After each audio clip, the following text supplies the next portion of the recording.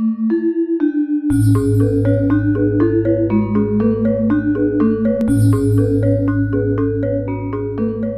dikenal sebagai pulau dengan budaya yang kaya dan banyak nilai. Nilai yang mengajarkan empati, kesetaraan, dan penghormatan terhadap setiap manusia tanpa memandang perbedaan. Termasuk kepada saudara-saudara kita penyandang disabilitas.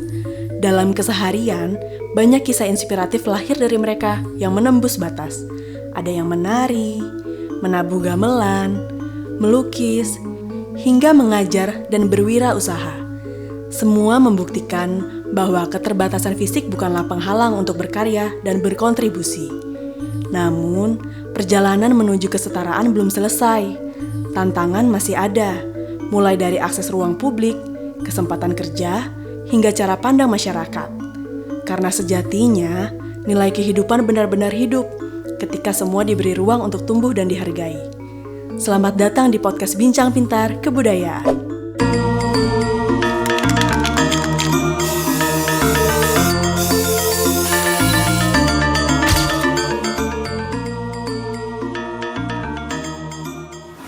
Kawan budaya, senang sekali kita ketemu lagi di Bincang Pintar Kebudayaan. Ini kalau kita udah ketemu nih ngomongin soal budaya, satu hal yang harus diapresiasi adalah Bali yang sangat terkenal dengan kebudayaannya itu berhasil dilestarikan dari dulu hingga saat ini. Ini berarti kan peran serta semua lapisan masyarakat. Kalau Cici Pandai bilang semua lapisan masyarakat ini benar-benar semuanya ikut berpartisipasi termasuk teman-teman penyandang disabilitas. Hari ini aku berada di ini dia. Yayasan Bakti Senang Hati, dan aku setuju banget sama nama yayasan ini karena begitu aku masuk di sini disambut dengan senyuman yang sangat lebar. Itu kan menunjukkan bahwa hati mereka adalah hati yang senang, hati yang gembira. Dan aku akan berbicara dengan dua orang yang luar biasa. Pokoknya kawan budaya, semua bintang tamu narasumber di sini adalah luar biasa. Orang-orang yang mau mendedikasikan waktunya, salah satunya adalah untuk mengembangkan budaya Bali, dan juga orang-orang yang juga datang ke sini ingin belajar, cari tahu bersama gimana ya caranya supaya kita juga bisa menjadi kepanjangan tangan untuk bisa menyampaikan informasi-informasi ini kepada orang-orang bahwa ada loh teman-teman disabilitas yang sangat luar biasa yang mereka juga peduli dengan budaya Bali dan ingin terus mengembangkan dan melestarikannya bersama-sama. Di sini ada dua orang. Yang pertama ada Bapak Ida Bagus Nyoman Sanjaya atau kita panggil dengan Bli Gusmang. Hai Bli Gusmang, tuh kan senyumnya lebar banget kan? Dan di sini juga ada seorang model asli Bali, ibu dari dua anak yang selalu aku lihat di Instagramnya membagikan kesehariannya dengan anak-anaknya dan juga suka sekali berolahraga. Terbukti dari ibu dua anak ini badannya masih kece banget, yaitu ada Putu Tribulan Utami. Yeay. Tepuk tangan untuk diri sendiri. Ada Bli Gusmang dan ada Putu. Di sini kita bakal ngobrol-ngobrol dulu, tapi aku pengen langsung dulu mungkin biar kawan budaya lebih familiar dulu dengan Yayasan Bakti Senang Hati. Boleh diceritain secara singkat nggak? Sebenarnya ini yayasan seperti apa? Apa yang bisa dilakukan teman-teman disabilitas di sini? Silahkan kepada Bli Gus. Terima kasih banyak atas kesempatannya. Mungkin saya akan sedikit paparkan apa itu sih Yayasan Bakti Senang Hati. Yayasan Bakti Senang Hati itu berawal dari perkumpulan beberapa penyandang disabilitas, di mana dulu masih belum ada wadah khusus yang mau menampung teman-teman penyandang disabilitas. Dulu kita ada founder kami yang Ibu Putu Suryati. Beliau juga penyandang disabilitas, memakai kursi roda. Dia menggagas untuk membuat sebuah wadah agar disabilitas itu tidak terisolasi. Karena kalau dulu ya kan karena belum ada sosial media, jadi stigma penyandang disabilitas itu adalah orang yang tidak bisa ngapa-ngapain, cuma jadi beban lah kalau di keluarga. Dan keluarga pun malu untuk menunjukkan bahwa ada loh anggota keluarganya yang disabilitas. Maka dari itu Ibu Putu dulu membentuk sebuah wadah sehingga berdirinya Yayasan Senang Hati. Dulu kita bernama Yayasan Senang Hati. Kita berdiri tepat pada 5 Mei 2003. Dan itu dulu kita masih belum berbadan hukum. Tepat di tanggal 19 September 2014 kita sudah resmi terdaftar di Menko dan HAM. Dan kita juga karena nama Senang Hati ternyata sudah ada yang memakai, biar tidak menghilangkan ciri khas dari organisasi yang kita bangun, itu kita tambahkan Bakti. Bakti Senang Hati begitu. Yayasan kami itu memiliki program yaitu pendidikan, karena mayoritas penyandang disabilitas itu jarang mengenyam pendidikan, maka dari itu kita di sini membuat sebuah kegiatan kelas seperti membaca dan menulis, belajar melukis, musik, menari, dan kita juga belajar mengasah kemampuan kita menjahit, mendesain, komputer dan lain-lain begitu. Dari itu kita di sini belajar bersama, dan bila mana juga ada saudara kita yang masih memungkinkan sekolah di sekolah umum, kita juga fasilitasi. Kayak sekarang kita ada satu orang anak, dia kelas 1 SMP, dia sekolah di sekolah umum, kita fasilitasi. Karena kita tahu ya, biar pendidikan itu tidak hanya satu dua orang normal aja yang bisa sekolah itu, bahwa kita juga sama, saya sendiri juga sama gitu, ingin juga belajar di sekolah umum gitu. Dan di yayasan kami kita juga karena kita tidak memiliki donatur tetap, maka dari itu kita melihat potensi di Bali itu untuk wisata. Kita di sini buat sebuah grup yang bernama Happy Heart Tour. Kita ada grup tour untuk motor bak samping. Ya, kita motor sepeda motor kita modifikasi, kita tambahkan bak samping itu. Kita ada kerjasama dengan satu travel, dia yang membantu untuk mempromosikan grup tour kita, di mana semua drivernya itu dari teman-teman penyandang disabilitas begitu. Oke, jadi grup tour itu untuk keluar dengan motor, lalu apa yang dilakukan? Pergi? Kita jemput ke hotelnya. Untuk dibawa ke sini? Kita kita kan tamunya itu kan biasa menginap di hotelnya. Paginya kita jemput ke hotelnya. Kan kita ada paketnya. Kita sudah ada paketnya untuk rutenya, kita juga sudah ada. Jadi diantar-anteri. Kita antar ke pura, ke tempat-tempat air terjun yang tempat wisata itu kita antar ke sana begitu. Oh, jadi seperti tur biasa tapi spesialnya yang mengantar adalah penyandang disabilitas. Penyandang disabilitas mengantar, notabene-nya kita yang normal. Iya. Dan untuk surat-surat kelengkapan kita berkendara, kita juga disupport juga oleh Kapolres Gianyar untuk kelengkapannya. Untuk SIM-nya kita ada SIM khusus namanya SIM D. Namanya SIM D. Iya, untuk sepeda motor bak samping begitu. Tapi ini hebat loh, berarti aku kepikir ya. Tadi kan Beli Gus bilang tidak ada donatur tetap, berarti teman-teman di sini juga berpikir gimana caranya kita bisa mandiri dan akhirnya mendapatkan pemasukan sendiri hingga yayasan ini masih bisa terus berkelanjutan. Karena kita kan di sini mengasramakan 20 orang penyandang disabilitas. Karena kita keterbatasan tempat tinggal, kita hanya memiliki 8 kamar. Jadi hanya 20 yang bisa kita tampung di dalam, sedangkan kita untuk keseluruhannya kita ada 130-an anggota yang bergabung di yayasan kami. Dimana karena biaya yang cukup tinggi, kita kan perlu operasional. Betul. Maka dari itu kita untuk mencari kesempatan untuk mendapatkan penghasilan selain dari bantuan-bantuan dari spontanitas, itu sangat mensupport kami.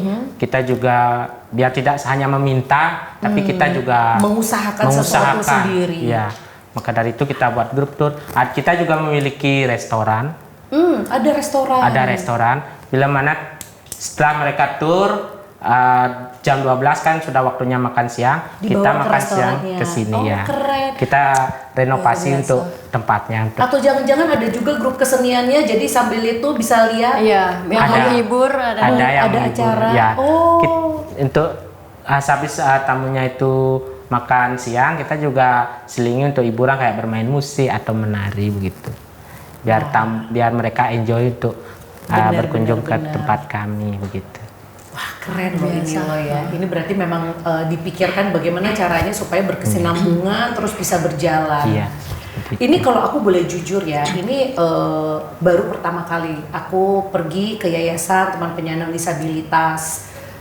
Kalau aku boleh curhat sedikit, awalnya aku deg-degan.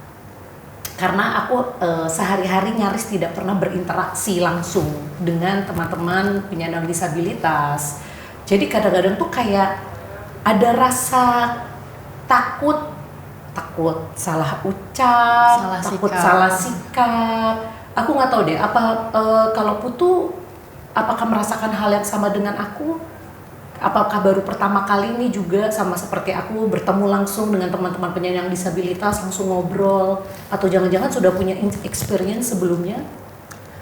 Kalau bertemu dengan yang baru tentu ada kadang takut salah sikap, takut kita mereka merasa kalau kita tidak menghormati atau tidak menghargai. Tapi saya punya seorang kakek, sudah almarhum, salah satu kakek saya, dia adalah Down syndrome. Jadi tapi sekarang sudah almarhum. Tapi di keluarga sendiri kita memperlakukan beliau sebisa mungkin sama dengan memperlakukan keluarga yang lain, keluarga yang normal. Jadi karena bukan berarti karena beliau Down syndrome bukan berarti beliau Gak bisa ngapa-ngapain. Tetap bisa mandiri. Jadi begitu beliau perlu bantuan, kita akan bantu, kita akan bimbing. Tapi jika beliau mampu melakukan aktivitasnya sendiri, kita biar beliau mandiri. Jadi tapi sudah almarhum. Tapi sudah almarhum sekarang. Iya. Tapi apa yang dilakukan sama keluarganya Putu itu sudah tepat nggak kalau dari kacamata Bligos? Kan soalnya begini, saya melihatnya kadang-kadang tuh masyarakat, terutama aku yang tidak pernah bersinggungan, itu kita kayak terbagi dua kubu. Satu kubu yang nggak, dia harus bisa mandiri. Satu kubu yang sibuk mengasihani, sampai akhirnya penyandang disabilitas ini benar-benar sangat amat tergantung sama orang. Jadi ketika anggota keluarganya yang merawat dia sudah tidak ada, jadinya terluta-luta. Iya, gitu. tidak bisa berbuat apa-apa. Tidak bisa berbuat apa-apa. Padahal kan keinginan kita, anggota keluarga kita walaupun dengan keterbatasan, dia pasti punya kemampuan. Yang bisa untuk minimal membuat untuk mensupport hidupnya walaupun nanti tetap butuh bantuan dari keluarga yang lain. Gimana nih kalau menurut Bligos nih? Baik, kalau dari sudut pandang saya sendiri ya, itu tidak salah jika memang yang bersangkutan memang perlu untuk disupport, itu sangat bagus. Tapi jika memang teman-teman disabilitas masih memungkinkan untuk beraktivitas sendiri, kan mungkin kalau dari saya mending kita kerjakan sendiri. Sama halnya kayak teman-teman di yayasan, ada satu teman kami, dia tunanetra, dia hampir semua hal kegiatan di sini dia bisa lakukan, bahkan masak, menyapu, dia nggak lihat apa-apa loh, menyapu, mencuci, dan hampir semua. Bahkan kita pun sering minta bantuan kalau kita kesulitan, sampai di tahap itu. Dari sudut pandang saya, jika kita berusaha, kita bisa. Jika kita memang berusaha, kita bisa. Tapi tidak salah jika anggota keluarga atau masyarakat yang masih belum paham itu, yang masih belum mengerti. Jika kita kan tahulah, kita kan kadang-kadang kesulitan itu tidak masalah. Cuma kalau untuk keseharian sih, kalau bisa mandiri, mending mandiri karena kita yang tahu kondisi kita sendiri. Benar. Ya, kita yang tahu. Dan itulah yang berusaha dilakukan oleh yayasan ini supaya penyandang disabilitas bisa mandiri, berkembang sesuai dengan porsinya masing-masing. Iya, begitu. Begitu ya. Karena kan kadang-kadang kalau misalkan kita ngomong berkembang, Itu bisa dua nih, dia tidak berkembang karena memang kurang support, atau jangan-jangan dari diri sendiri ada mental block yang sibuk, aku nih doang nggak bisa gitu. Padahal kita orang-orang sekitarnya bisa loh, kamu nih pinter loh nari. Ternyata pada saat dia mukul gamelan, loh bagus loh, ini sense of musicnya seperti itu ya. Iya, seperti itu. Makanya kenapa di sini kawan budaya banyak sekali pilihan-pilihan kelas yang bisa dicoba sama semua penyandang disabilitas, sehingga akhirnya tahu, oh ternyata aku punya bakat di sini loh, aku punya bakat di tari. Sama seperti Putu kan ya, bakatnya di model. Kenapa Cici Pandai yang nggak jadi model? Oh, kalau aku jadi model suruh pose, pusing aku. Mungkin sedikit tambahan, pernah saya di taman di Gianyar, saya kan melatih teman-teman yang kurang kuat untuk memutar kursi roda sendiri. Kalau orang awam tuh sering mau dorong. Betul. Jangan dibantu Pak. Ini emang saya sengaja lepas biar mereka bisa mandiri gitu. Mas kadang-kadang masih seperti itu. Aku jadi teringat ada sebuah adegan waktu itu di taman, aku lihat si penyandang disabilitas ini marah akhirnya karena orang mau ngedorong. Nah, aku dari kacamata awam itu pun melihat, ih kasihan ya. Maksudnya baik ya. Mau ngedorong. Tapi ternyata kita nggak tahu kalau dia tuh sedang melatih dirinya supaya lebih, karena kan semakin dia sering gerakin sendiri, dia semakin tahu. Semakin kuat dan semakin. Oke, itu sudut pandang baru ya kawan budaya ya. Iya. Nah kalau nggak ngobrol kayak gini ya Putu, aku tuh nggak terpikir. Iya, karena saya sendiri belum banyak pengalaman ngobrol langsung dengan penyandang disabilitasnya langsung.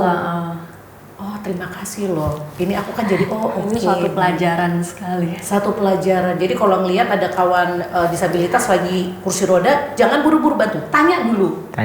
Ya. Perlu dibantu atau dibantu atau memang mau, siapa tahu memang dia mau sendiri. Oke, baik. Itu adalah satu catatan khusus buat saya pribadi juga.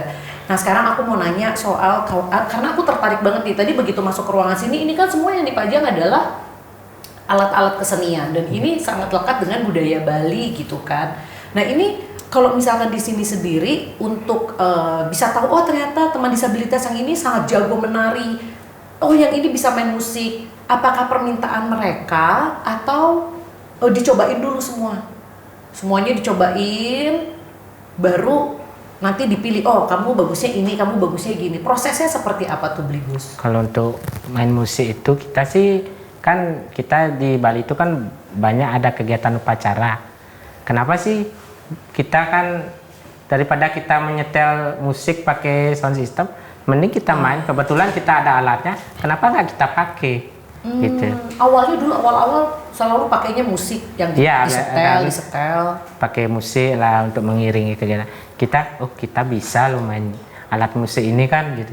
Kita ajak teman-teman gitu. Kita cari ya si A mungkin bisa pakai pentuk namanya, atau si B bisa pakai gangse namanya alat musiknya. Berarti itu mereka memang ditentukan atau sesuai? Nah sih, kita ruling aja biar setiap individu tuh bisa main musik minimal lebih dari 2 alat musik begitu.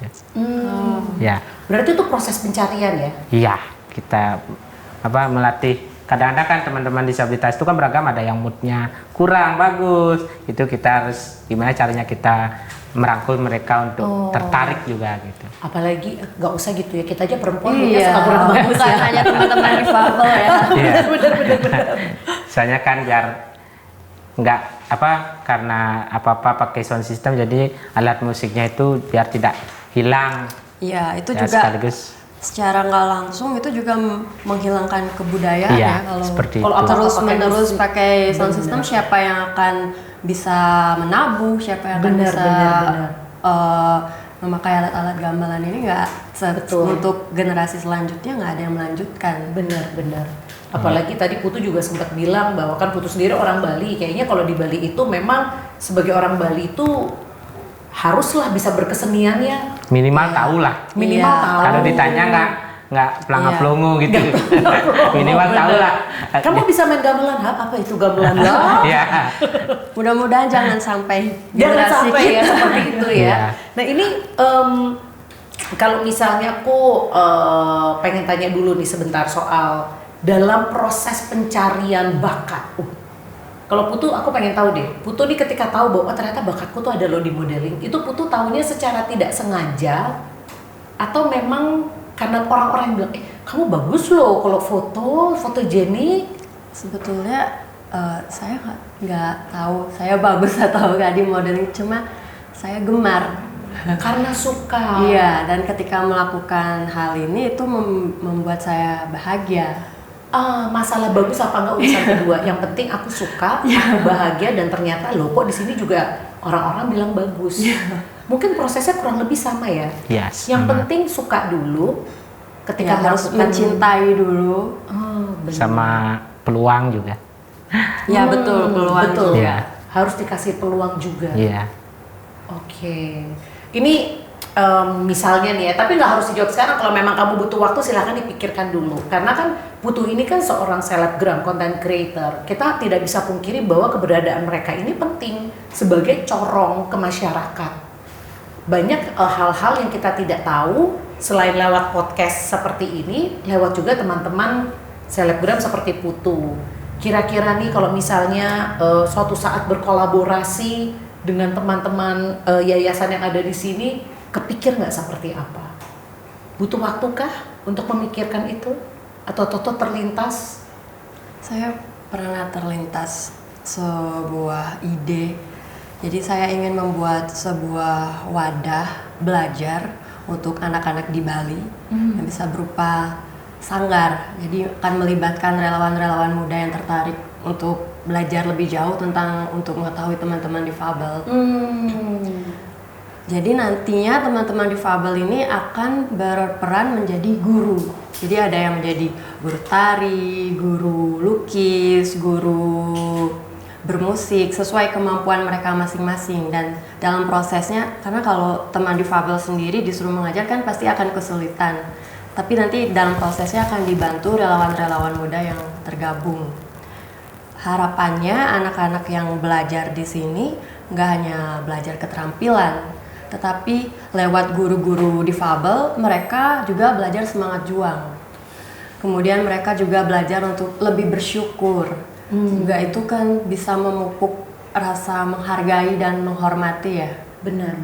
Harapannya juga kelak nanti mereka bisa tumbuh menjadi generasi yang penuh empati, berpikiran terbuka, lebih menerima perbedaan.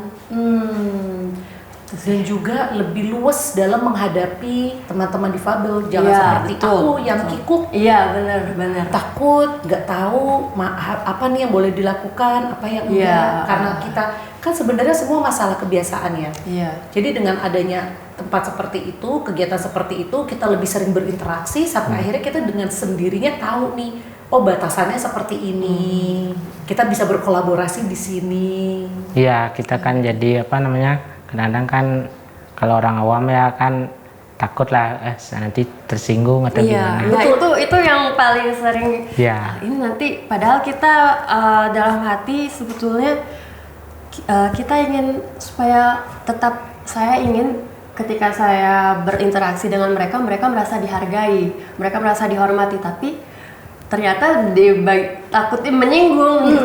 Bener, karena sempat aku dengar ada yang bilang karena kita terlalu berhati-hati justru membuat teman difabel malah teman-teman disabilitas kok merasa dia dibedakan, jadi nggak nyaman. Bukan itu maksud kita. Nah, boleh kasih tipsnya nggak nih, Brigo? Sebelum kita nanti ngobrolin lagi soal kebudayaan yang sudah ditekuni sama teman-teman di sini, itu boleh kasih tipsnya nggak? Apalagi untuk aku ya nih, termasuk kawan budaya yang jarang berinteraksi. Ya, untuk masalah ketersinggungan itu sih relatif. Gini ya, konteksnya ya, mau konteksnya apa. Kalau memang konteksnya bercanda, kita sih nggak bermasalah ya. Kayak contohnya banyak loh komedian sekarang kan penyandang disabilitas juga kayak stand up komedian tuh.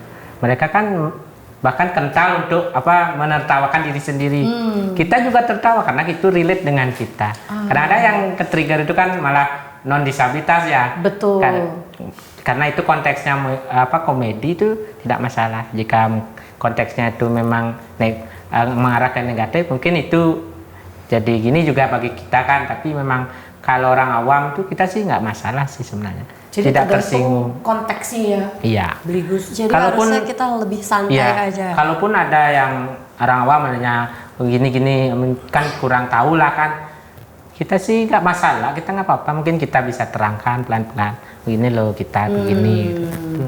Kalau saya begitu sih biasa. Oke, misalnya contoh, mohon maaf sekali kayak dulu kalau orang awam kan masih banyak yang menggunakan kata cacat. Cacat. Contohnya seperti itu ya. Iya.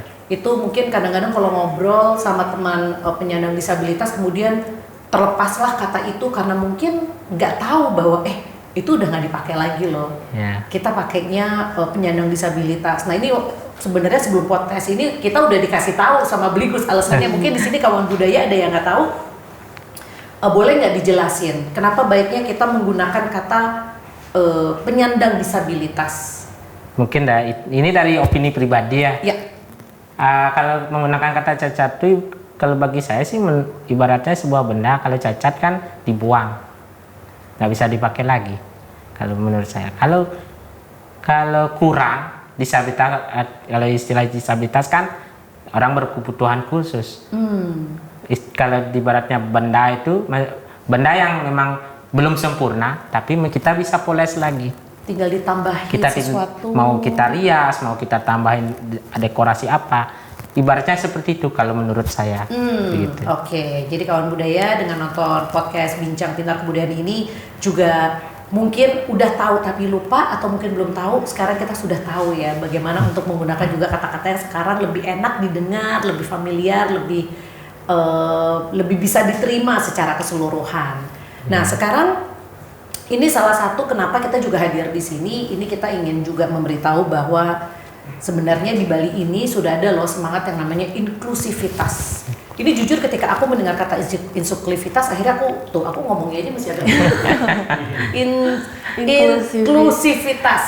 Jadi setelah aku browsing, ternyata ini adalah sebuah semangat di mana kita melibatkan semua orang dari berbagai kelompok tanpa meninggalkan. Nah, ini adalah salah satu alasan kenapa kita di sini. Nah, aku mau tanya sama si Putu dulu nih. Kamu merasa nggak kalau masyarakat Bali ini sudah ada tuh semangat si inklusivitas ini? Sudah. Sebenarnya sudah ya. Malah sudah cukup sering melihat aksi nyata inklusivitas di masyarakat Bali. Sedikit cerita. Boleh, banyak cerita juga boleh di sini. Jadi saya pernah beberapa kali datang ke tempat undangan pernikahan yang berbeda. Di sana ada penghibur acara kelompok band, di mana salah satu personilnya, anggotanya adalah tunanetra dan beliau adalah pemain keyboard. Jadi pemain keyboard mengiringi orang normal, memukau sekali. Itu saya tidak hanya bertemu beliau di satu acara, tapi di acara yang berbeda, di acara undangan yang berbeda, dan beliau tetap sebagai penampil. Kemudian saya juga mempunyai seorang teman, salah satu teman saya adalah salah satu penari yang cukup terkemuka di Bali. Dia mendirikan sebuah sanggar tari di mana semua penarinya adalah tunarungu. Dan itu tidak main-main karena mereka sudah tampil di mana-mana, di acara nasional maupun acara internasional. Dan itu kalau Cipan dan Beligus melihat, mungkin Beligus sudah sering ya melihat, tapi penampilannya luar biasa memukau. Itu kan dari sana kita sudah bisa melihat bahwa sudah ada upaya-upaya nyata dari masyarakat Bali kita sudah terbuka terhadap kesetaraan dengan memberikan mereka cukup ruang untuk terlibat langsung di kegiatan masyarakat. Artinya kita sudah percaya pada kemampuan mereka dan mengakui bahwa mereka juga individu yang berdaya. Setuju nggak Beligus? Karena kan kalau Putu bilang tadi dia sudah merasakan di Bali ini memang semangat inklusivitasnya sudah dirasakan. Kalau dari Beligus sendiri merasakan nggak? Saya merasakan. Sekarang kan berbagai kegiatan sudah banyaklah, sudah melibatkan teman-teman disabilitas, entah seperti yang mbaknya bilang bermain musik, mengiringi musik, bahwa skill kita juga sudah mulai diakui. Itu juga suatu pencapaian yang hal yang memang kami harapkan itu. Betul. Dan memang aku lihat seni itu adalah salah satu medium yang paling mudah ya, yang paling bisa diterima juga oleh semua masyarakat, dan bisa dipelajari, bisa sebenarnya seni itu sebuah skill atau sebuah talent. Kalau talent itu kan berarti harus ada bakat dari sananya, tapi seni itu bisa dipelajari kan ya? Iya. Seni. Tapi bakat tanpa pernah diasah juga tidak akan bisa skill ya. Oke. Soalnya kadang-kadang harus gini, berkesinambungan. kenapa aku Toto nanya gini? Karena mungkin ada kawan budaya yang kadang-kadang mikir gini, ayolah belajar nebu gamelan atau belajarlah nari gitu. Enggak lah, aku nggak punya bakat. Padahal ada yang bilang itu mah bisa diasah. Iya, betul. Semua bisa diasah. Kalau seni itu sih sebenarnya semua orang punya loh seni. Iya. Kita contoh aja hal kecil ya. Kita masak aja kita seni loh. Kita pasti ingin lihat masakan kita itu terlihat cantik, terlihat biar enak dimakan. Itu sudah termasuk seni kan. Tidak hanya semata-mata kita harus bisa bermain musik, bermain seni itu kan bagaimana kita melihat sesuatu hal kecil itu dengan indah. Mungkin seperti itu ya kalau dari saya. Keren banget sih ini Bligus sih. Mungkin seperti Kita itu kasih sih. tepuk tangan. Benar. Berarti memang kalau kita ngomongin untuk seni yang dalam artian juga bisa seni yang secara keseluruhan yang Bligus bilang, atau kalau pengen dikerucutin lagi seni yang menyangkut kebudayaan Bali, semua orang bisa memberikan perannya masing-masing. Iya, seperti itu. Mungkin kan juga seni kan, kalau seni itu kan tergantung kita sukanya di apa. Kita suka dengar lagu, kita mungkin seni kita di musik. Mungkin kalau kita memang belajar. Kalau seni kita di masak kan juga seni juga. Iya. Seni meramu berbagai bahan supaya enak rasanya dan itu kan tampil semua cantik. itu semua tanpa kita sadari kita sudah menerapkannya kan. Oke. Sekarang kalau aku mau nanya soal seni yang berhubungan dengan kebudayaan Bali nih, Bli. Aku sempat lihat di YouTube, di sini tuh teman-teman disabilitas menari berpasangan dan dikreasikan. Jadi aku sempat lihat adegannya yang laki-laki duduk di kursi roda, yang perempuannya berdiri. Nah itu tuh untuk menemukan ide-ide seperti itu tuh apa nih? Apakah hasil rembukan atau memang ada orang yang datang untuk mau mengembangkan skill itu? Kalau dari kita kan, kita perlu juga guru pengajar. Gimana kita biar tahulah komposisi gerakan yang memang bisa balance, sinkron sama musik kan, itu perlu teknik juga. Untuk gerakan seperti itu kita menyesuaikan juga kondisi teman-teman disabilitas itu seperti apa. Berarti harus ada modifikasi ya. Kita coba, ternyata eksekusinya kurang, kita coba lagi begitu. Seperti itu. Terus kalau misalnya di sini keseniannya sendiri itu memang ada latihan rutinnya kah, atau mungkin cuman ada hari-hari tertentu aja, atau kalau memang kita reguler? ada kita jadwalkan lah minimal seminggu sekali untuk menari. Itu menari, kita awal-awal menari itu kita buat gerakan random aja dulu. Awal-awal karena memang ini menari bagus kan nih gerakan gerakannya. tubuh. Ya itu, ini bagus gerakannya. Baru kita saring, kita coba di tarian ini. Cara memilihnya. Ya, kalau kita kan kalau mau buat dalam sekali coba kan nggak mungkin. Kita lihat ternyata kalau musiknya gini tambah gerakannya seperti ini, Pak, masuk juga. Seperti itu kalau kita.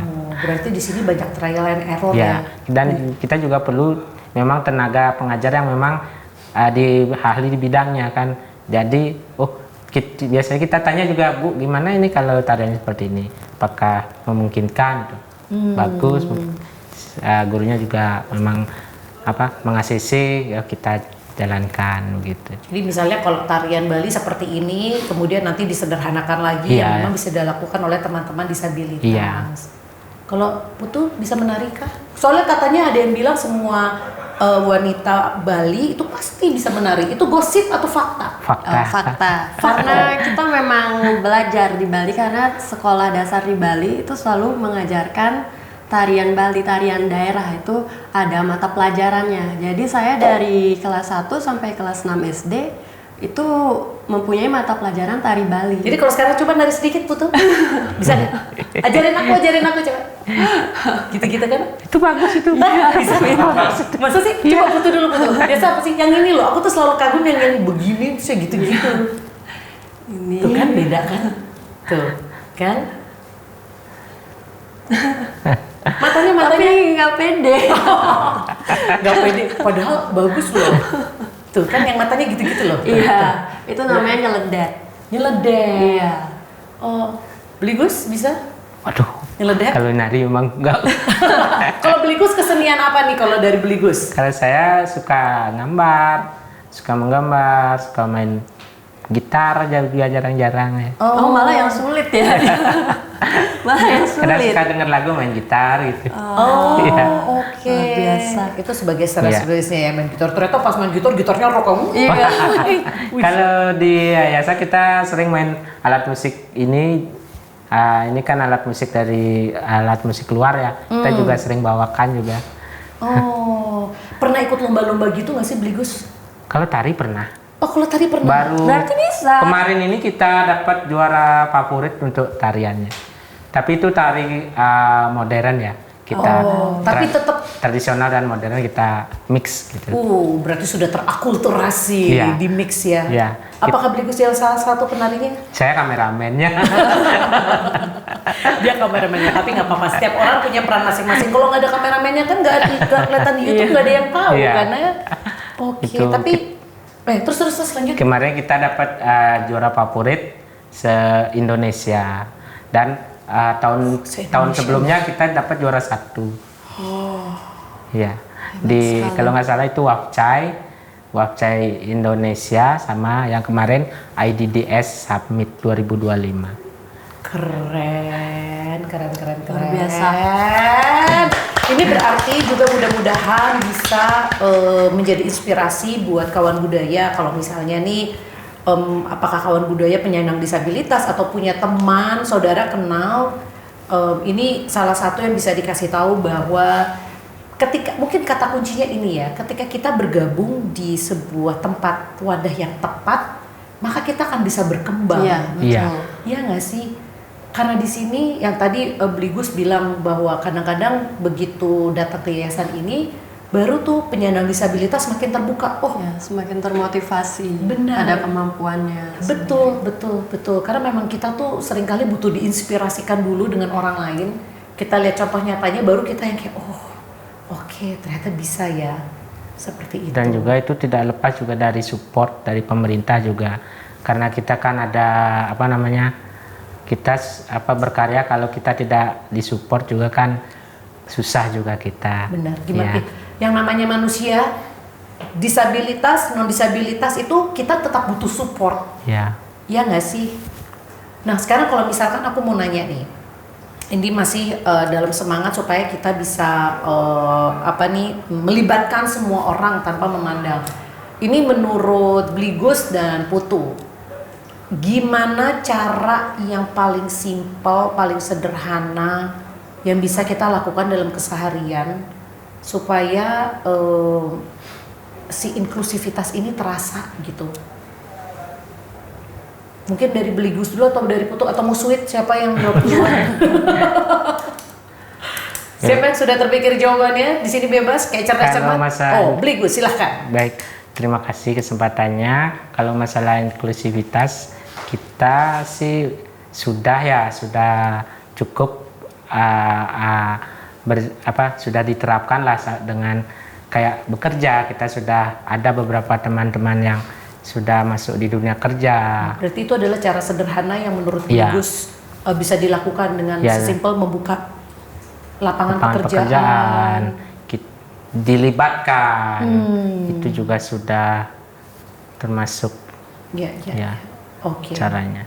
Kalau dari Putu sendiri kepikir nggak ya? Aku dari tadi juga mikir loh sebenarnya. Apa ya cara sederhana dalam keseharianku yang bisa aku lakukan? Karena kan kadang-kadang kita nggak kepikir gitu. Kalau kita tuh harus melibatkan semua orang, ya maksudnya nggak harus dalam satu hal yang kita lakukan semua orang harus terlibat. Pastikan setiap orang tuh tetap harus misalnya minimal kita melakukan misalkan dari 10 kegiatan yang kita lakukan, setiap kegiatan itu pasti kita menyentuh orang-orang yang berbeda. Paham nggak maksudnya? Mungkin Paham ya kalau dari saya sendiri, mungkin peran saya menyampaikan inklusivitas itu lebih melalui langkah yang paling awal dan langkah yang paling kecil itu sebetulnya siapapun bisa melakukan ya, melalui obrolan dan tukar pikiran yang bisa membuka pikiran dan hati nurani kita ya. Benar. Obrolan dengan orang-orang terdekat, obrolan dengan teman-teman tentang keberadaan mereka, kemampuan mereka, bahwa di lingkup masyarakat ini ada teman-teman yang memiliki, dalam keterbatasan mereka memiliki semangat juang yang tinggi sekali kan. Kadang-kadang orang yang nggak pernah berinteraksi langsung dengan mereka itu tidak menyadari keberadaan mereka. Betul. Ya. Jadi melalui obrolan, kalau mereka ada, kita menyadarkan mereka ada, membuka pikiran, oh ya ada, dan itu bisa menjadi salah satu motivasi ya.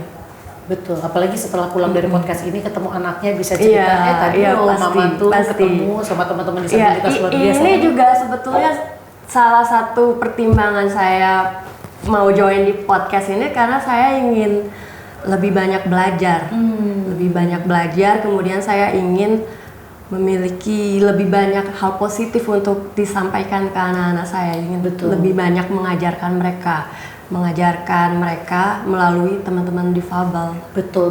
Karena beda ya kalau misalkan Putu taunya cuma dari internet sama Putu berinteraksi langsung, beda sekali. Pasti beda ya. Oke. Banyak sekali pelajaran yang bisa didapat. Nah, inilah lagi-lagi kata kuncinya di sini adalah transfer knowledge akan terjadi. Iya, tukar pikiran. Bener. Gimana kita mau mentransfer sesuatu kalau kita sendiri nggak pernah tahu kan? Ini sekarang kita udah tahu, jadi akhirnya kita bisa ngobrolin ke anak, ke teman-teman, ke saudara seperti itu. Nah, sekarang kalau misalnya aku mau nanya ke aku hampir ngomongnya Beli Putu. Aku gabung keduanya. Oke, kalau ke Beli Gus, kalau misalnya aku mau nanya nih, soalnya kan kadang-kadang lagi-lagi ada rasa takut masih, karena there's a very sok-sok ngomongnya terus kayak keren banget. Ada kayak thin layer sangat tipis antara kita mau mengekspos dengan maksud supaya semangat inklusivitas ini ada, menyertakan semua orang, sama takutnya ini mengekspos malah kayaknya lu manfaatin buat konten doang nih. Itu tuh takutnya. Kalau apa itu kan kadang ada aja ya pikiran-pikiran orang julid. Iya. Itu kembali seperti yang saya bilang tadi kan tergantung konteksnya. Kalau mensupport kenapa tidak? Kalau memang itu tujuannya membantu, kita sangat berterima kasih. Tapi kalau yang dijual itu tolong kalau bisa jangan kekurangannya, tapi semangatnya. Itu dia. Itu yang. Kalau terus yang diekspos adalah sisi sedihnya. Nah itu hati-hati. Iya, itu sebenarnya kalau saya sih kurang suka ya kalau kita diekspos. Ini bisa merangkak, ini bisa berjalan, cara naik susah. Jangan itu yang ekspos. Kita ekspos bakatnya, ekspos semangat juangnya, benar sekali seperti itu. Benar. Nanti mungkin siapa tahu bisa berkolaborasi ini antara aku Putu Bulan kan di sini aku nge-MC-in, Putu kemudian mengajarkan lenggak-lenggok karena aku pernah lihat waktu itu di runway dengan menggunakan kursi roda. Jadi mereka berfashion show, nanti diajarin sama Putu seperti apa. Jadi kita berkolaborasi semua di sini ya kan. Ini kalau misalkan kita sekarang balik lagi ke konteks kebudayaan Bali.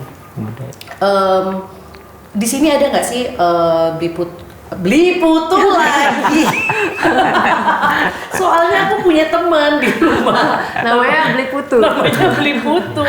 Dia jualan ikan bakar Beli Putu. Jadi nih kalau Beli Gus,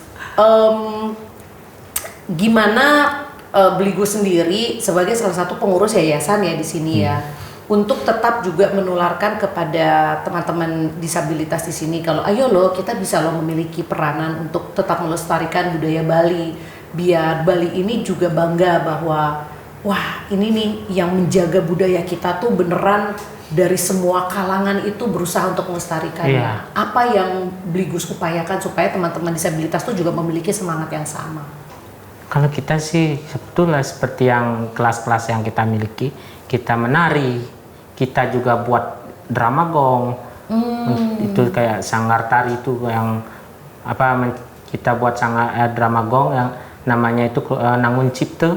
Kita pentaskan itu biar memotivasi semua orang bahwa teman-teman disabilitas saja itu semangat untuk menyuarakan bahwa seni itu harus dilestarikan. Kenapa yang memang kalian yang non disabilitas notabene-nya itu normal, kenapa tidak mau melestarikan budaya? Kalau kita tidak, bukan kita yang melestarikan, siapa lagi yang melestarikan begitu? Nah, kalau Putu sendiri ini ada nggak sih sebagai ibu nih? Aku tuh soalnya aku kenapa aku selalu suka ngobrol sama seseorang yang menjadi seorang ibu. Iya. Tapi kalau waktu itu aku pernah belajar, katanya sebuah wanita itu adalah ibu untuk orang-orang sekitarnya. Kita kan juga punya tanggung jawab untuk gimana caranya dalam keseharian ini supaya juga anak-anak itu terpapar gitu dengan budaya, supaya mereka juga berpikir bahwa mereka ini menjadi bagian yang tidak harus jadi pelaku budaya, tapi mereka adalah salah satu mereka tuh memiliki peran supaya budaya ini nih tetap lestari. Ada nggak dalam keseharian Putu yang dilakukan ke anak-anak? Tentu ada. Seperti apa contohnya? Apalagi anak-anak saya keduanya adalah perempuan ya. Jadi dalam kesehariannya sembahyang itu pasti saya selalu ajarkan. Walaupun mereka masih kecil, mereka tidak tahu mantra, nggak tahu tapi maknanya, tetap ngikut aja. Kemudian karena saya orang Bali, saya setiap harinya membuat sajen. Kalau orang Bali bilangnya itu metanding. Jadi saya selalu melibatkan anak-anak saya dalam kegiatan saya metanding. Walaupun mereka di situ kebanyakan bermain atau nggak banyak membantu sebetulnya, tapi agak ngerecokin, tetapi dengan mereka ada di situ, mereka secara tidak langsung memperhatikan bagaimana ibunya mengerjakan membuat sesajen tuh, yang nantinya akan digunakan untuk sembahyang. Walaupun mereka tidak tahu step by step ya dengan benar, tapi karena mereka memperhatikan, otomatis itu akan terekam di pikirannya. Jadi begitu saya bilang buat ini, buat itu, ambilin ini, ambilin itu, mereka tahu, padahal saya tidak pernah mengajarkan mereka secara fokus. Ini inget ya, ini namanya metanding, kamu harus gini, nggak pernah. Kadang-kadang kebanyakan kalau orang tua, untuk apa mereka ada di sana, atau mereka nggak membantu apa-apa, bukan itu sebetulnya fungsinya, tapi saya ingin melibatkan mereka dalam kegiatan untuk melanjutkan budaya ini ya. Setuju. Karena yang namanya anak kecil, kalau kita kasih tahu banyak kan ngomong-ngomongnya, mereka malah bosan.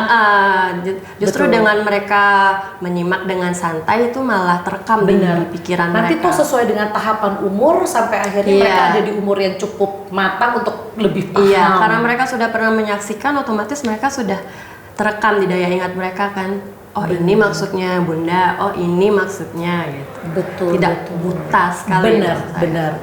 Tuh kan, ini kan membuktikan bahwa yang namanya untuk melestarikan budaya itu tidak serta-merta kita harus melalui jenjang yang formal, banyak ngomong. Justru dengan malah dengan hal-hal seperti ini yang santai, lihat mereka malah masuk nanti dengan sendirinya karena terbiasa budayanya melakukan, akhirnya mereka juga melakukan hal yang sama. Tuh kan, emang benar ya. Menurut aku tuh peran lingkungan itu memang suka tidak suka itu akan mempengaruhi ketika mempengaruhi. Anak-anak tumbuh di lingkungan yang sudah terbiasa melihat orang tuanya melakukan hal-hal yang ternyata melestarikan budaya, mereka pun juga akan ikut. Termasuk dalam semangat juang juga, itu juga akan ikut ke dalam lingkungan. Seperti tadi yang Bligus bilang, ketika teman-teman disabilitas bergabung di yayasan ini, secara otomatis mereka juga karena terbiasa di lingkungan yang melihat sebagai sesama teman disabilitas memiliki semangat juang yang tinggi, baik untuk melestarikan budaya, tapi juga untuk meningkatkan diri secara kemandirian, untuk menjadi manusia yang maju dan berdaya, akhirnya mereka juga termotivasi ya. Tapi kan Bligus nggak bisa dipungkiri nih, kalau yang namanya manusia itu kan punya pemikiran masing-masing, punya rasa masing-masing. Tadi aja Bligus bilang ya kadang ada yang lagi nggak mood. mood. Atau jangan-jangan memang kerjanya nggak mood. Terus kan ada yang orang seperti itu. Ada loh. Ya kerjanya ya hari ini nggak mood, emang kamu tiap hari nggak mood gitu. Nah ini gimana nih? Apa yang dilakukan teman-teman di sini, terutama Bligus? Kalau tadi kan Putu berusaha untuk memberi contoh. Iya. Untuk anak-anaknya. Nah kalau Bligus gimana nih? Ini kan soalnya bukan anak-anak nih sebenarnya, tapi kan Iya. lebih ke rekan-rekan. Gimana tuh? Kalau saya sih, kalau untuk teman-teman di sini ya khususnya, itu kita didik mereka itu disiplin. Kita bangun pagi, kita beraktivitas, kita olahraga, itu harus. Kalau mereka nggak mood, kita paksa. Karena sesuatu hal yang kalau sudah terbiasa pasti enjoy aja, nggak jadi beban. Awalnya mungkin berat. Mungkin ya? sehari 2 hari itu nggak beban, aduh males, Tapi kalau sudah terbiasa, ya itu malah kalau nggak kita Tidak lakukan, kadang-kadang ada yang kurang. kayak kurang. Oh tadi kurang olahraga ya, gitu sih gitu. Contohnya lah, itu kita di sini kita bangun kedisiplinan, kita bimbing teman-teman karena kita di sini kan beragam ya untuk disabilitasnya. Maka mungkin ada sedikit PR memang, terkadang memang ada yang tipe karakter yang memang agak keras sedikit ya biar dia memang mau. Ada yang memang satu anak kami yang memang belum waktunya dia sudah standby. Kadang-kadang saya kan wajibkan itu untuk bangun jam 5 pagi, ada yang sudah jam 4 sudah standby. Seperti itulah, karena itu kan antusias. Betul. Mereka untuk berkembang, beraktivitas. Salut sekali. Mungkin seperti itu. Dan di sini kita bisa lihat dua pendekatan yang berbeda. Karena Putu kan tadi konteksnya adalah ibu dari 2 orang anak. Dia memberikan contoh. Kalau di sini sudah beda lagi karena teman-teman mungkin umurnya sudah lebih dewasa. Jadi memang harus ada sedikit paksaan dengan kedisiplinan. Seperti itu ya. Karena kan ya namanya orang dewasa. Karena kan kita seperti apa? Kalau tidak kita biasakan akan jadi beban, itu yang saya rasakan. Makanya ayo kita biasa aja. Awal-awal aja bangun pagi itu aduh lagi sedikit nawar-nawar 5 menit kan biasa. Tapi karena sudah sejam ya kan. Karena sudah terbiasa, kita biasa saja, kita enjoy aja. Kemudian dijadikan rutinitas. Ya, jadi rutinitas. Akhirnya. Dan tubuh pun jadi segar karena kita bangun pagi. Dan hati pun jadi senang seperti nama yayasannya ya kan. Yayasan Bakti Senang Hati. Itu tapi percaya nggak ya, ketika tubuh segar, hati senang, itu adalah salah satu fondasi mental yang kuat loh. Benar. Ditambah dengan ada lingkungan sekitar yang memberikan support yang luar biasa. Jadi begini, kadang-kadang orang mikir, kenapa sih harus ada yayasan disabilitas? Kenapa kita harus karena saya pernah mendengar, aku nggak tahu nih ya, ini teorinya, kalau memang Bligus merasa tidak setuju, silakan langsung dibantah. Dia bilang justru kalau dia disabilitas, gabunglah sama teman-teman yang non disabilitas supaya dia bisa normal, terbiasa. Kalau itu saya sih setuju tapi kurang setuju. Setuju tapi kurang setuju. Setujunya gimana ya? Kita kan jadinya patokan kita kan orang normal, sedangkan kondisi kita memang kurang kan. Tetapi kalau kita berbaur dengan teman-teman disabilitas, kita jadi lebih menerima diri.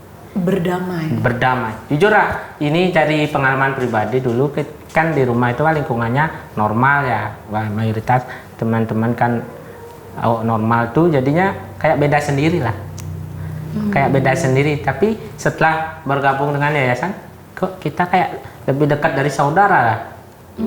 Karena ada kesamaan dan akhirnya memberikan support. Karena kita suka duka kita saling merasakan, kayak menertawakan kadang-kadang kita menertawakan kekurangan masing-masing tanpa kita sadari itu. Karena makanya tadi bilang saya itu setuju tapi kurang setuju.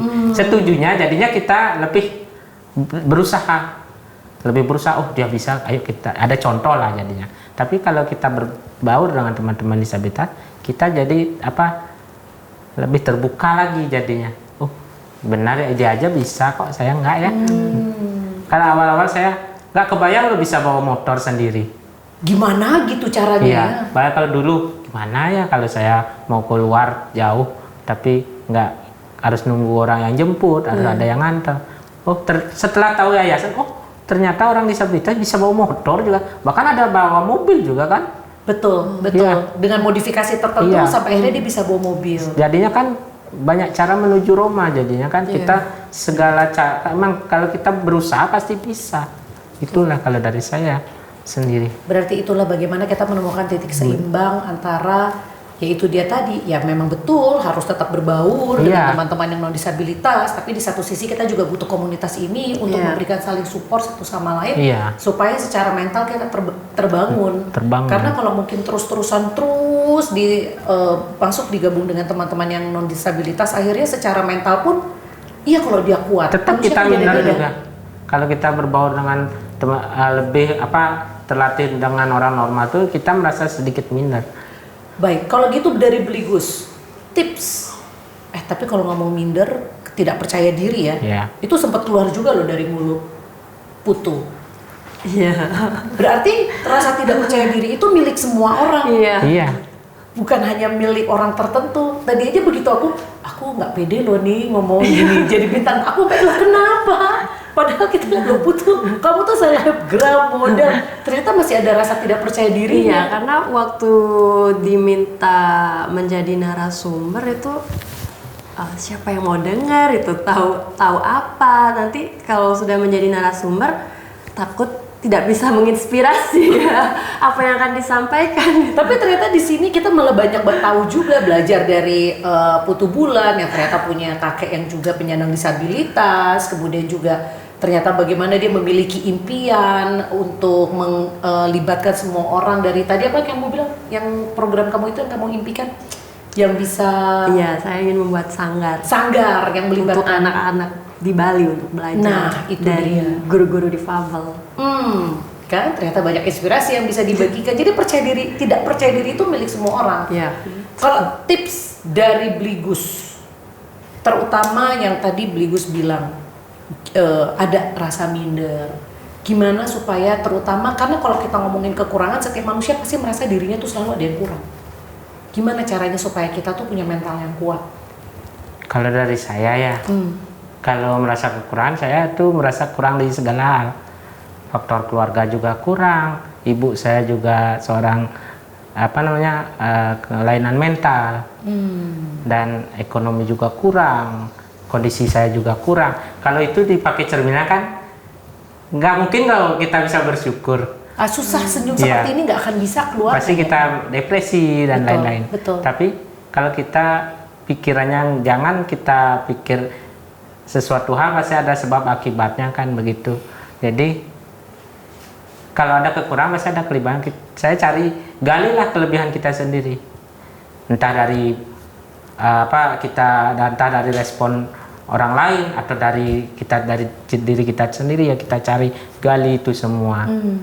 Kayak saya sendiri gimana ya kalau biar tidak memberatkan orang tua lagi. Saya bisa loh kerja seperti ini. Saya bisa loh ambil kerjaan seperti ini biar bisa setidaknya tidak memberatkan orang tua lagi. Jadinya dari cara itu, karena kita sibuk untuk membenahi diri, kita tidak sempat berpikir untuk depresi. Harusnya kita bisa mencontoh untuk selalu lebih bersyukur. Intinya cuma bersyukur. Bersyukur. Janganlah kita melihat ke atas. Sesekali kita lihatlah ke bawah. Perjuangan mereka saja bisa melalui itu, bahkan bisa bangkit ya. Ini kan berarti ada dua faktor nih. Dari dalam diri pun juga tadi kalau Beligus bilang berpikir iya sih saya banyak kurang ini, tapi kemudian kan pikiran itu switching bahwa ada loh saya kelebihannya, kemudian kata-katanya adalah apa ya yang bisa saya lakukan.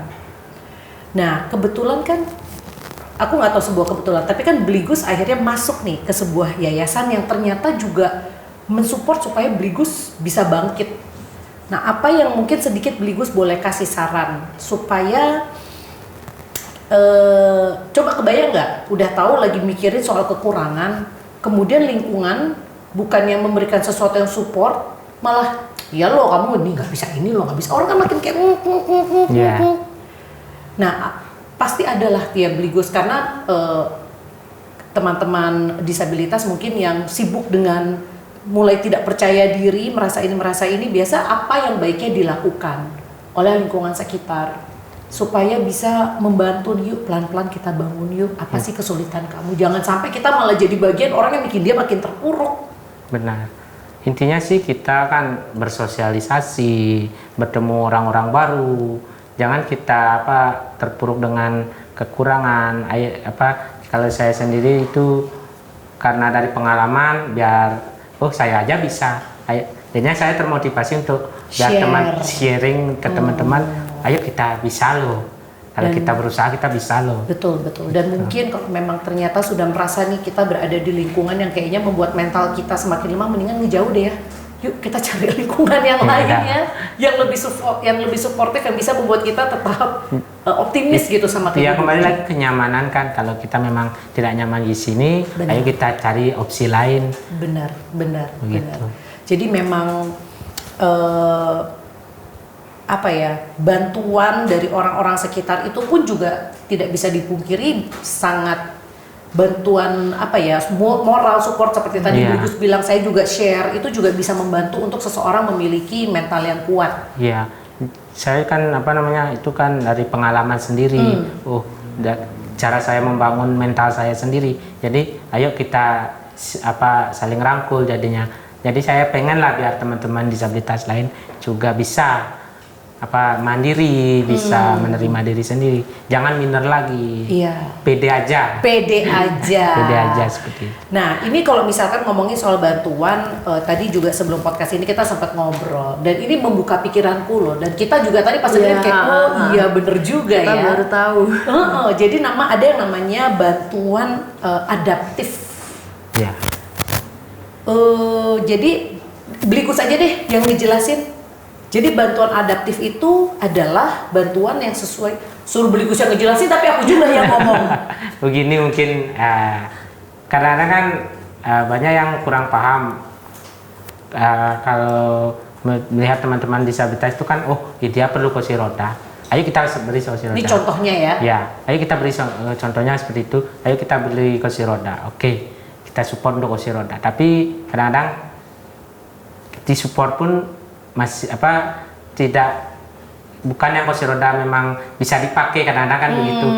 Kalau dari pengalaman saya sendiri, saya pernah dapat kursi roda itu dari bantuan dari pemerintah.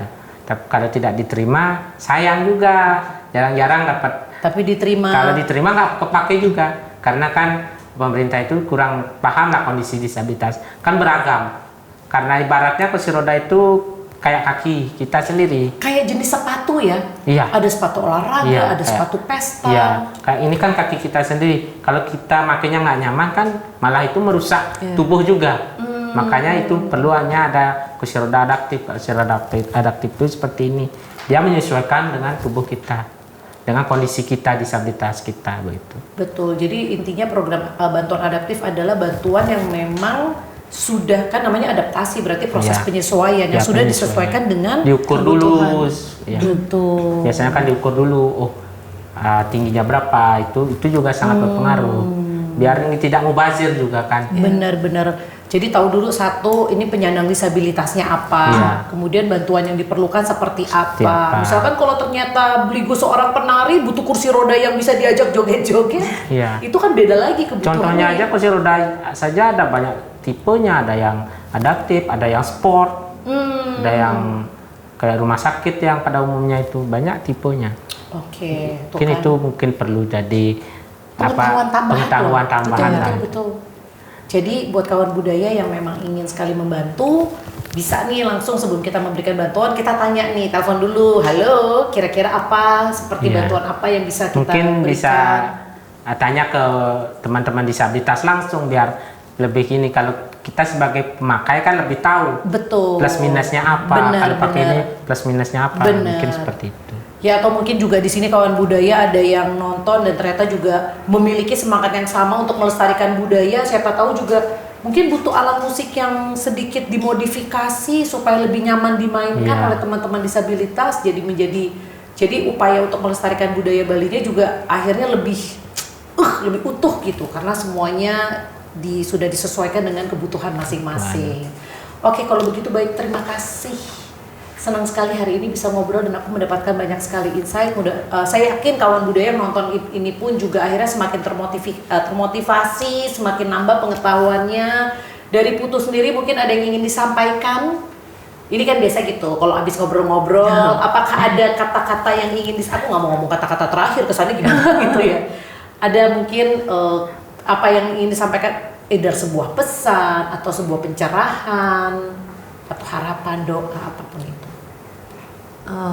Saya memaknai obrolan kita, kesempatan kita untuk mengobrol hari ini tuh yang saya pikirkan adalah bahwa yang membedakan kemampuan setiap manusia itu bukan keterbatasan ya, tetapi niat dan tekad. Niat untuk belajar dan tekad untuk menjadi bisa. Betul. Dan menurut saya setiap manusia itu layak mendapatkan kesempatan yang sama. Siapapun itu berhak memiliki kesempatan yang sama. Oke. Kalau dari Bligus? Mungkin kalau dari saya ya, ayo kita semangat menjalani hari-hari, jangan pernah pantang menyerah, dan sedikit pesan dari dari saya sendiri selaku mewakili teman-teman di yayasan, jangan pernah jangan pernah merasa menyesal. Ayo jalani hidup dengan kuat. Kita saja bisa loh menjalankan hari-hari dengan penuh canda tawa. Kenapa sampai kayak di Bali sekarang banyak yang sampai nekat bundir, sampai memutuskan hal yang bahkan kita sendiri pun tidak pernah terbersit sedikit pun. Ayo apapun semua yang kita rasakan, kalau kita tidak bersyukur pasti tidak pernah puas. Mungkin seperti itu dari saya. Ayo kita semangat, jangan pernah kalah dengan tekanan, dengan masalah. Ayo kita jalani dengan sekuat tenaga gitu. Betul. Dengan senyuman terutama. Dengan senyuman. Coba lihat Bligus itu senyumnya lebar banget dari awal ketemu salaman senyum.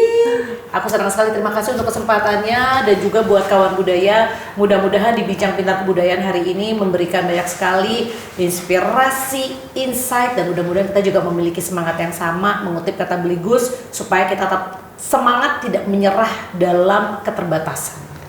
Terima kasih, bye-bye.